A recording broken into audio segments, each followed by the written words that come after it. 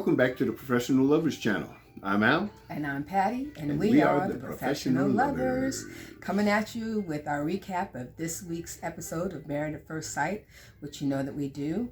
If you're a new subscriber, welcome. We're glad to have you, and we'll just tell you a little bit about ourselves.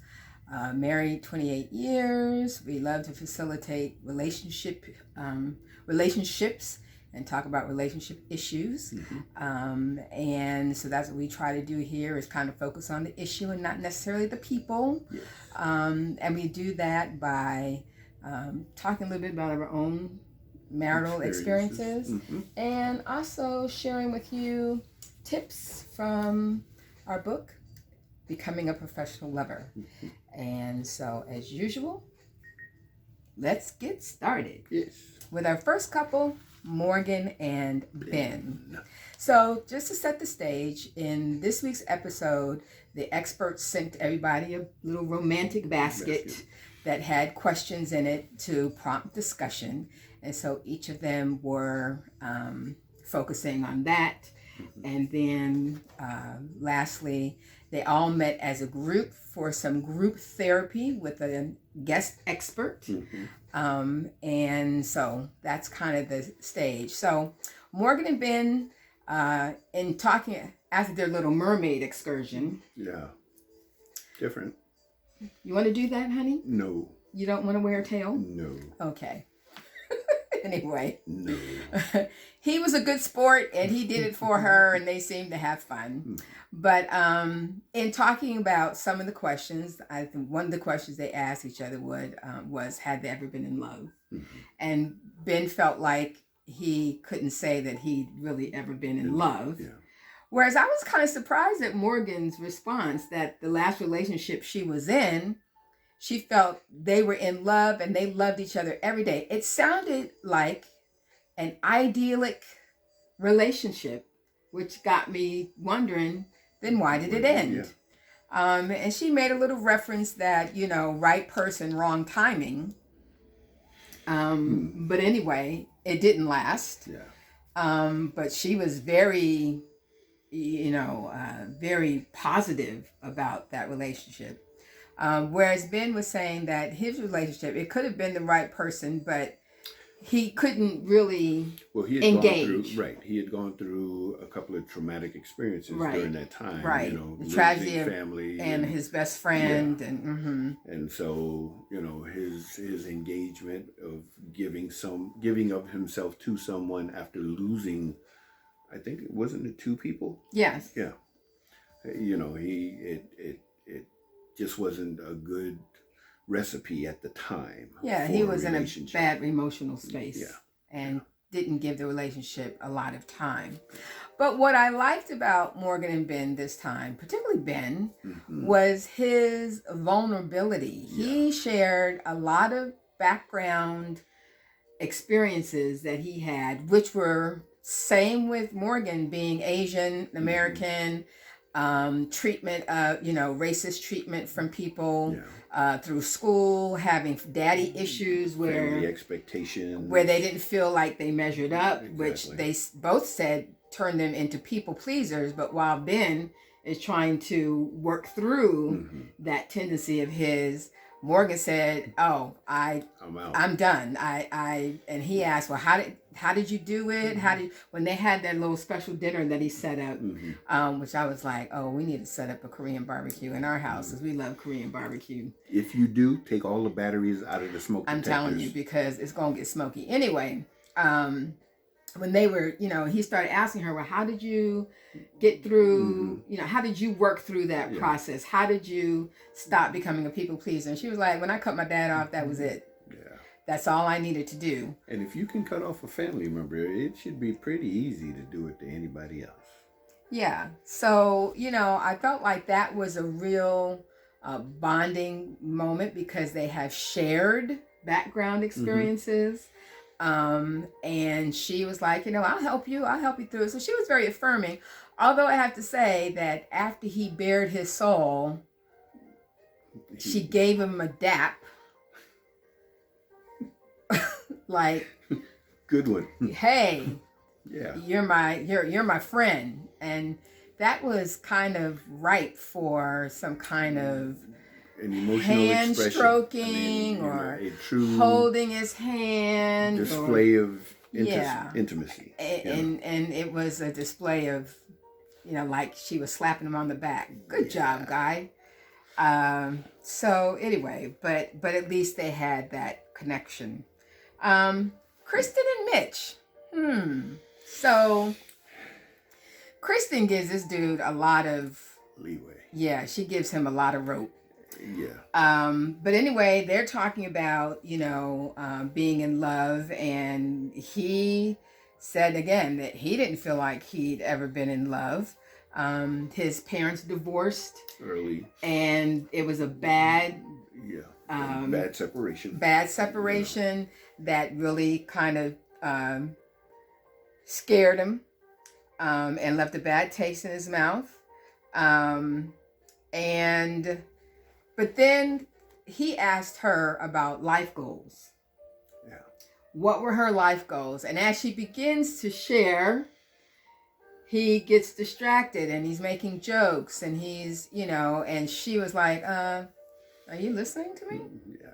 He was not being extremely... He was not focused. He wasn't attentive. Focused. Yeah. And that was a little condescending in his actions, that he was not giving her.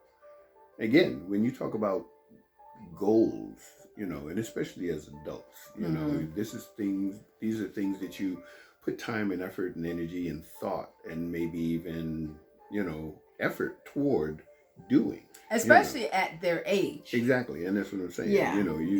This isn't just a whim. Right. He's in his 40s. She's in, mid-30s. Yeah. And so, this is not like you're 20 and setting goals. This is like, what are my goals going to be to take me into the rest of my life, so to speak. And so she talked about wanting babies and, and wanting their home, but wanting a solid marriage, which she felt like they were on track for. Mm-hmm. And then she said she was interested in flipping homes. And that started to send him over the edge. Why? Yeah. Well, he's an environmentalist and he thinks that it's pretentious to take a home that someone can actually live in and put things into it that makes it, out of reach for... Financially out of reach for a select or the majority of people, and that you're just doing it, to reap financial gain. Now, any job you do for financial gain. I mean, that's the purpose of working, so that you can pay your bills. Now, his premise or his thought is that anything that you do should be to the point of sacrifice for the better good of mankind. Well, and I wouldn't say just mankind, because he threw in there that environmentalism also kind of piggybacks with social justice. And of course, we know that social justice is usually the code word for racial disparities.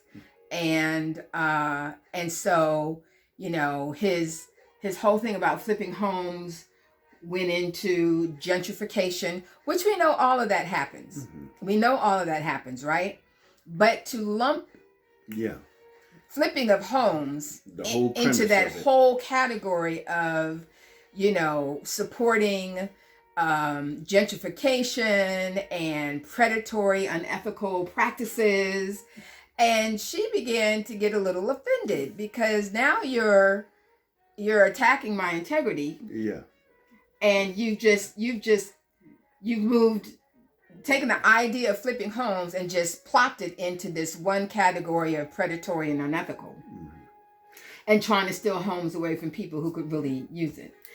And okay, I'm not saying that his premise is wrong, but I do think that it's extreme to categorize flipping homes as that. I mean, because we even know of a show that they're transforming communities in Detroit, and I cannot remember, something by the block or something. Anyway, two white guys who are buying properties, dilapidated homes in Detroit neighborhoods, fixing them up, refurbishing them and selling them. I mean, yeah, of course they're making a profit. That's their job, but they're not outpricing them to the point where people who live in the community can't afford them. No, they're working with they're rebuilding the community and working with a realtor, a black realtor who knows the neighborhoods, who knows what the threshold of the sale comps are in the neighborhoods. And so the thing is, you can flip and still be ethical. You can flip and still be doing it for social justice reasons. But to just completely judge her desire and belittle it because of your preconceived notion of what it means to you, that's a little extreme. Before I tell you the tip that it reminds me of, let's go to Stasha and Nate, who were also having issues in this episode. So in their talking, right, about where you are and how you, in your feelings for me, and Stasha asked Nate, and he said a 4 out of 10. Yeah, what, 0 to 10, where are you? And he said 4 out of 10. And she was like, what? You're only at 40%, whereas for her, she's at like an 8, right? And so she's stuck on, what does that 40 mean? So you don't really have the same level of feelings for me that I do, and you're not really in this 100%. And he was like, no, that's not what that is. You're still new. You haven't even been married 4 weeks. Why does it have to be more than 40%? I mean, I didn't understand to the severity or the extreme that she took that number and tried to make a comparison. Because again, as far as I'm concerned, I looked at that as guys and girls. And women are emotional. They're more emotional than the average guy, or at least they display it demonstratively. More. Right, they display it more. Yeah. And I think her 80% is her hope for what it will become versus a man's reality and right now. His 40% is where we have grown to. It's like a plane taking off and we had to get speed to, get to the point where we can take a lift off and then eventually we'll soar. And I really believe that's what he was expressing. Yeah, he said that he sees it as we've got all this potential of where we can go. Right. We got a whole lifetime to become increased percentage love display for one another. And I mean, I definitely can understand that. I understand her hope, but to take it to the degree that she took it and have the expectation, because I always think that expectations bring on disappointments, especially when you don't know how another person is going to respond to what it is that you're discussing or experiencing. So, well, he's definitely not using the language that she wants to hear. Another thing they disagreed on was that she felt like they need relationship goals because she thinks everything should be measurable. And he's like, I don't agree with the whole thing needing to be measured. Everything doesn't need to be measured. I mean, that sounds like a job. Well, and that's what it was. She was kind of turning this into like a business. Now, she has a business mindset. And when you have a business mindset, you are very structured and you're very, compartmentalized. And that's how it feels like she was starting to sound. And he was like, you're playing devil's advocate, which means you're playing games. And I feel like you're manipulating me. And which was a trigger. And we found out later how much of a trigger that was, right? So he started to resist. And she couldn't understand why he was reacting the way he was reacting, but he's like, and in their later conversation after the guest expert, we found out that in his past relationship, that was a huge toxic part of his relationship, where the female gave him a lot of ultimatums and manipulated his responses based on those ultimatums. And that was a huge trigger, because that's what he felt like Stasha was trying to do. Yeah. Manipulating him into saying things the way she wanted them to be said and heard by her from him. Right. Whereas he said, look, you have said before that actions mean more to you than words. And I've been taking actionable steps to show you that I am in this and that you can trust me. And what he asked for was faith. Now, she felt like the whole faith request was BS. That, he needed to say and do. And then there's a little bit to that, but let's remember, you're new. Yeah. And we've said before that if a guy is not ready to say I love you, or is not at that point at the same time that she is, then you watch what they're doing. Exactly. I mean, if you have faith that this is a relationship that is progressing positively, then allow it to organically do what it's going to do. And don't that's what force it is. Feed the situation. Yeah, everything doesn't have to be measurable. Boom, boom, boom, boom, boom. Yeah. Some things have to happen organically with no pressure, but you're still moving forward. And that's the piece that they're missing, is she's trying to control every step. And he's like, look, if you can't display some faith and trust in me, and I've told you that's what I need my person to believe in me, and you're not believing me, and you're making me prove every step of the way, I'll be done. Yeah. And I can definitely relate to how he said what he said, because he has not veered from that from minute one. Yeah. So both Kristen and Mitch's issues and Stasha and Nate's issues in this episode remind me of a couple of tips from our book. One that says common values are vital, that couples need to have as many common values, not wants, right? There's a difference between your value and how you implement that value. True. Right? So it's important to understand that difference. The value is saving the environment.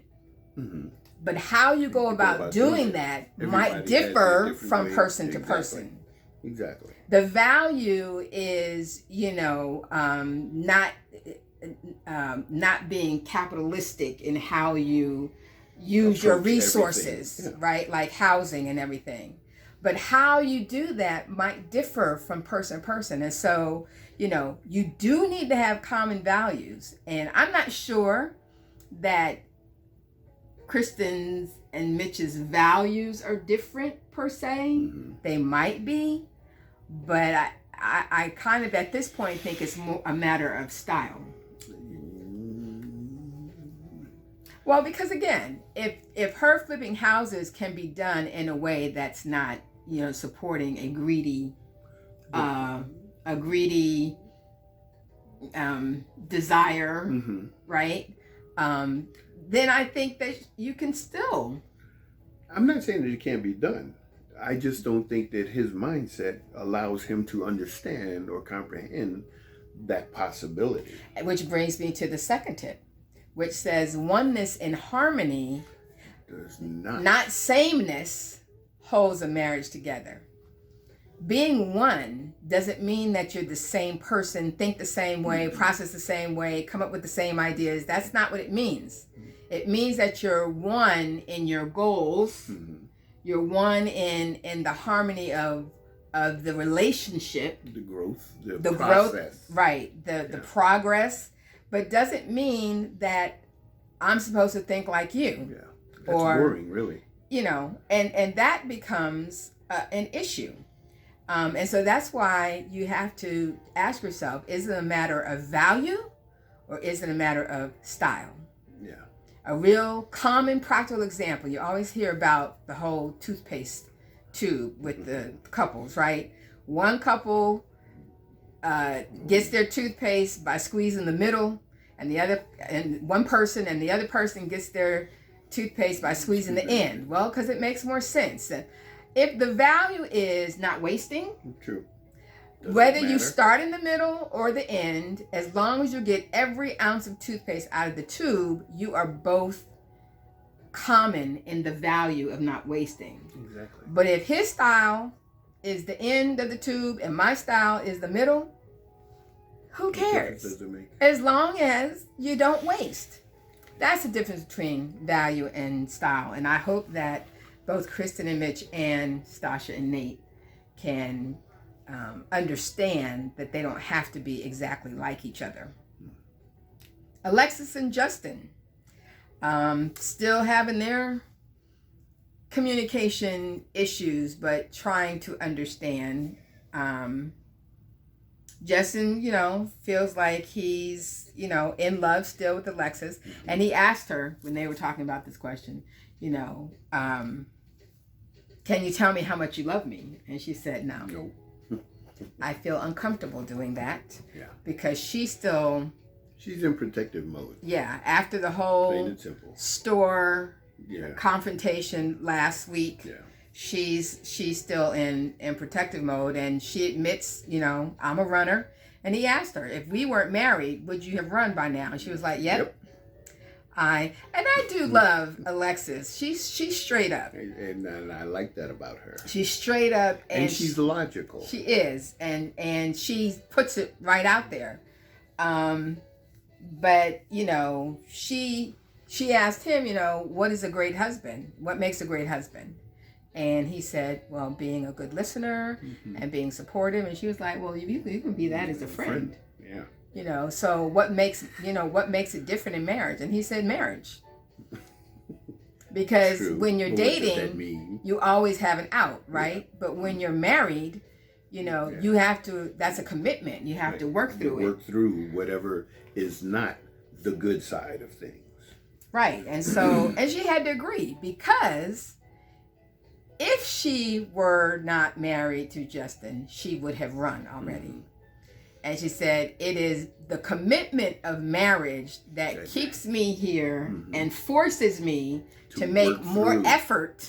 To work through the issues that they are currently facing. Right. Which she admits she has not done in the past, and might have, missed good opportunities because she didn't work to see if there was anything beyond whatever it is that made her run. Now, she talked about the fact that because it is in her nature to run, and it is not in Justin's nature to run, then Justin will never understand what she thinks or the process she goes through that could compel her to run. Right.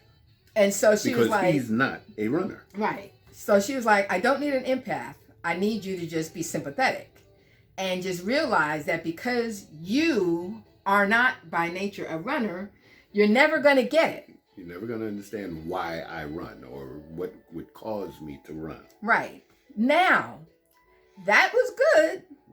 But then when you turn it around about his not expressing his feelings well, the fact that he feels like he can be vulnerable and protective of himself because he's been hurt in the past, and he's not scared of being hurt. And she was kind of like, that don't make sense.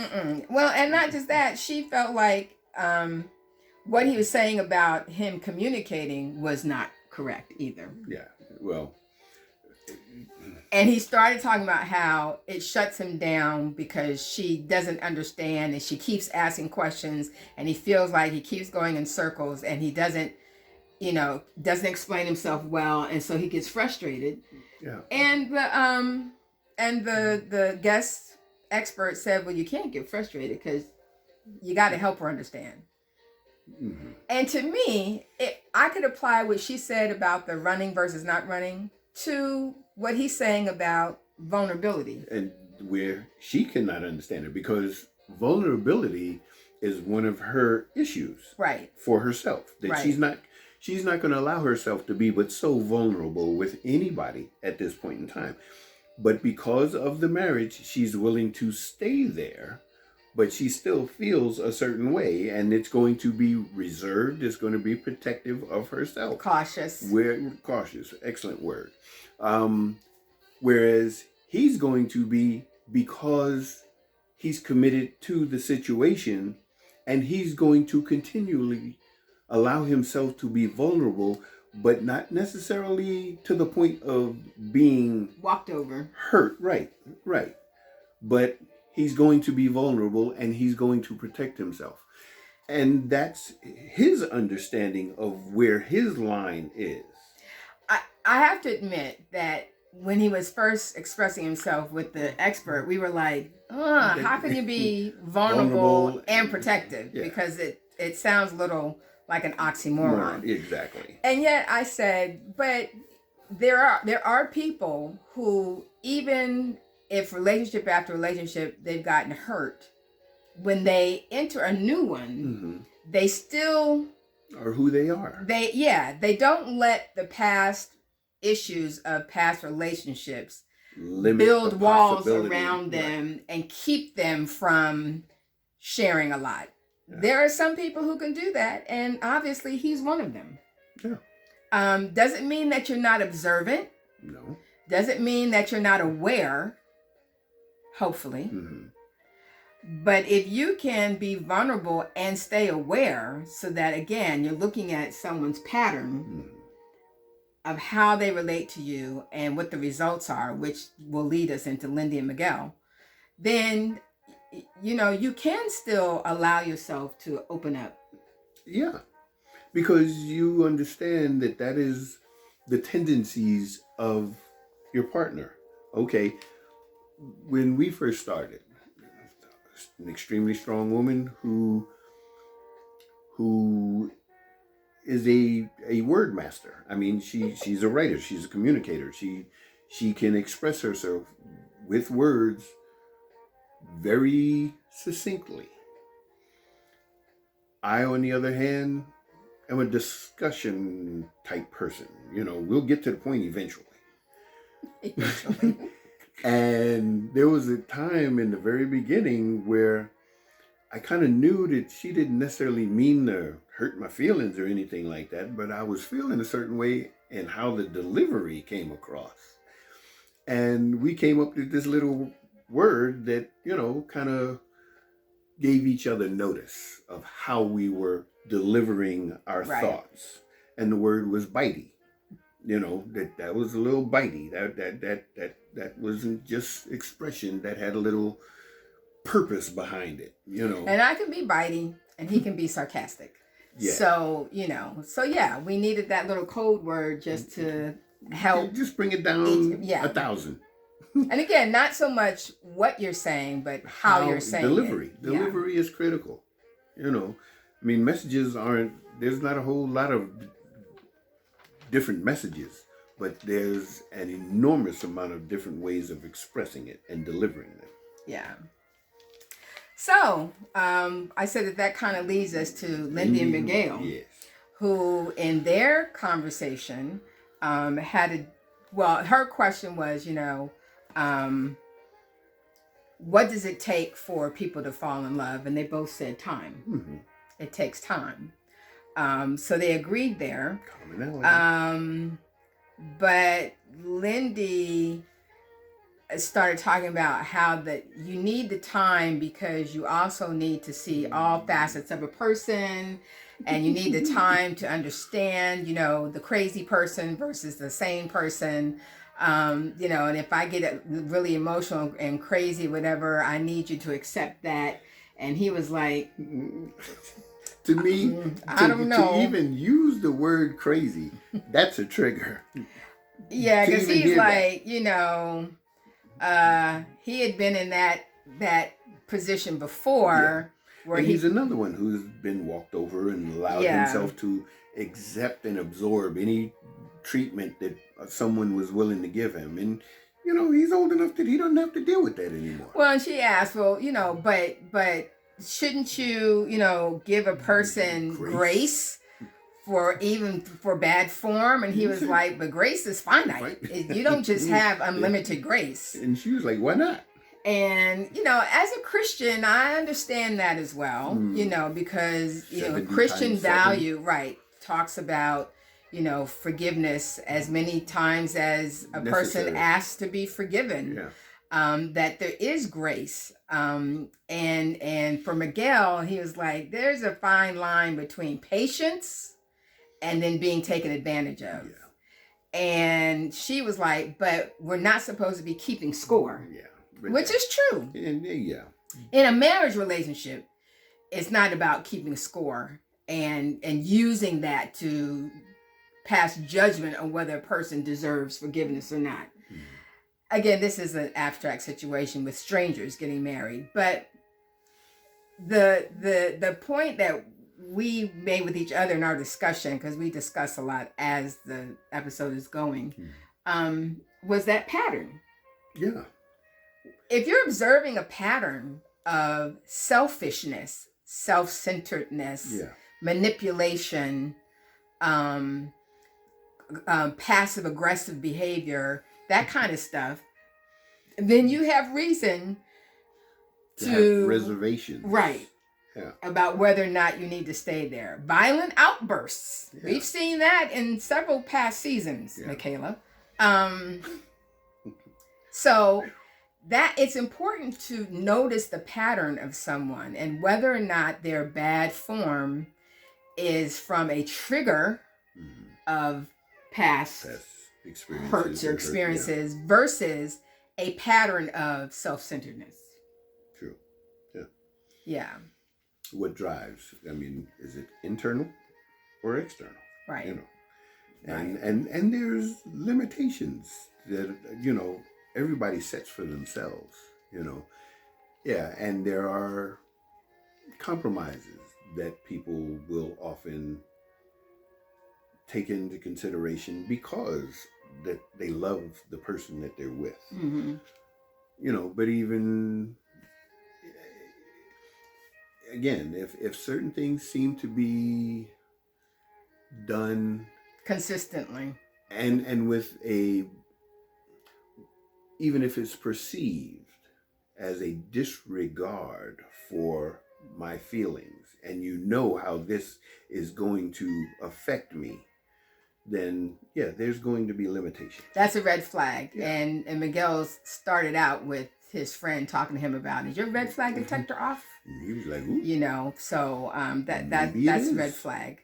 So anyway, so the last thing really quickly is the group therapy session with the guest expert who gave every couple a wheel, an emotion wheel that listed lots of different emotions, not just the ones we always talk about, right? Yeah. And that really went into the last thing with Kristen and Mitch, the shirt. So the girls had gotten together and as a joke had gotten all of their husbands the same shirt. And Mitch was the only one who came out saying, no, I'm not going to wear this. I don't want to wear it. And she was like, issues about why? This is not something I would wear. I didn't need it. And so I'm not going to wear it. So she had to tell him why she got it. And then he, behind closed doors, went off cursing. His reaction was way more than a shirt should have caused. Yeah. Only to find out in the group therapy that his issue was, I don't want to be forced to do anything I don't want to do. It's a trigger. I'm not materialistic. Yeah. So you don't need to buy me anything. Yeah. And I don't, and sort of kudos to him for wearing it. Yeah. To walk into the space, and then he took it off, and everybody was like, why are you taking it off? You mess up the whole thing. So that was another, kind of red flag issue. But it kind of made everything a little awkward, but Nate was like, we're going to have to find some way to get the girls back.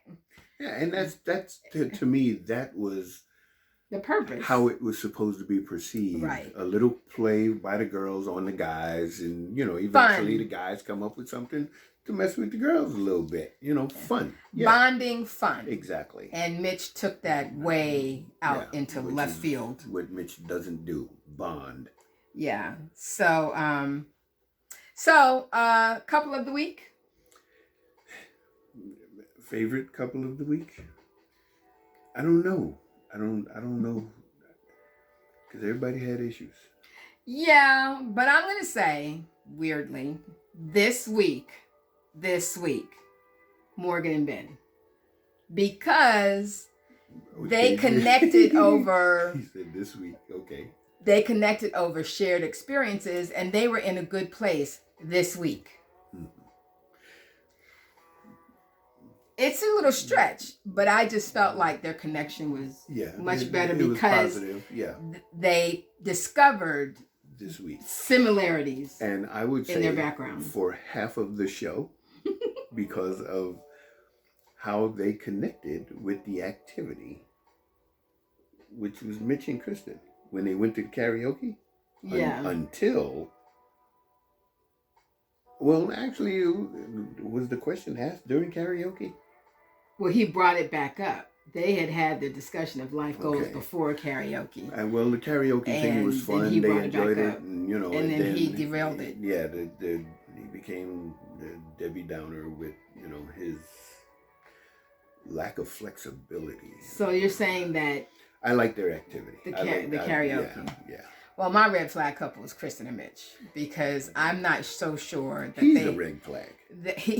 That we knew this from the beginning, but I'm not so sure that they have enough values in common.